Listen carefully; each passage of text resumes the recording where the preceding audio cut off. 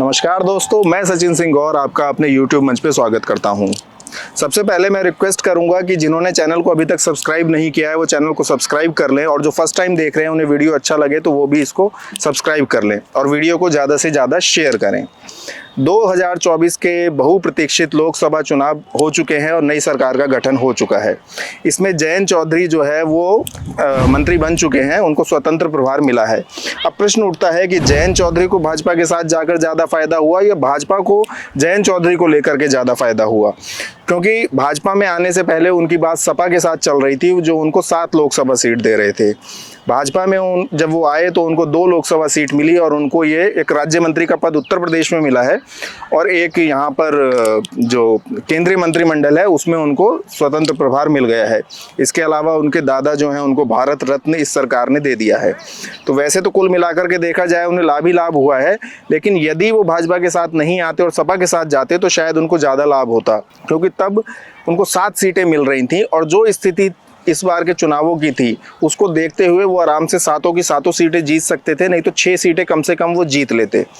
और इसके अलावा जो इम्पैक्ट होता वो ये होता कि भाजपा जो है वो कई सीटें हार जाती। अभी अगर हम कहें तो भाजपा को जयंत चौधरी के कारण जिन सीटों पे लाभ मिला है उनमें है मथुरा, आगरा, फतेहपुर सीकरी, बुलंदशहर, अलीगढ़, हाथरस, मेरठ, अमरोहा। ये 7-8 सीटें हैं जिन पर काफ़ी लाभ भाजपा को जयंत चौधरी का मिला और जयंत चौधरी के कारण उनकी जीत बिल्कुल निश्चिंत हो गई। इनमें कई सीटें ऐसी हैं जिन पे काफ़ी बड़े मार्जिन से जीते हैं तो उनकी तो हम बात नहीं कर सकते, लेकिन कुछ सीटें ऐसी हैं जो बहुत क्लोज मार्जिन से जीती हैं। जैसे अमरोहा 4 या 5 हज़ार वोटों से जीता है, मेरठ को उन्होंने 10,000 वोटों से जीता है, फतेहपुर सीकरी 7 या 8 हज़ार वोटों से जीते हैं और इसके अलावा अलीगढ़ है जो शायद 15,000 वोटों से जीता है। तो ये 4 सीटें जो हैं अगर जयंत चौधरी सपा के साथ होते तो ये चारों सीटें भाजपा 100% हार जाती। इसके अलावा मथुरा में जो जीत हुई है हेमा मालिनी की वो भी मुश्किल में पड़ सकती थी।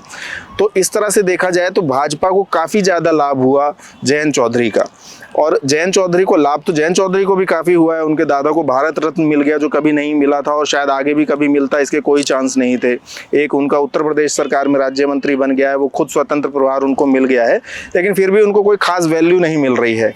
और वो सभा के साथ होते तो इस समय शायद मंत्रिमंडल में तो ना होते, पर 6-7 सीटें उनकी होती और हो सकता है चुनाव का परिणाम भी कुछ और हो सकता था, क्योंकि कई सीटें इस तरफ बढ़ जाती उधर भी घट जाती तो भाजपा को सरकार बनाना और भी टफ हो सकता था। तो मेरा मानना ये है कि इसको थोड़ा सा डिसाइड करना मुश्किल है कि जयंत को फायदा हुआ है या नुकसान। तो कमेंट करके बताएं आप इस पर क्या राय रखते हैं। वीडियो देखने के लिए धन्यवाद।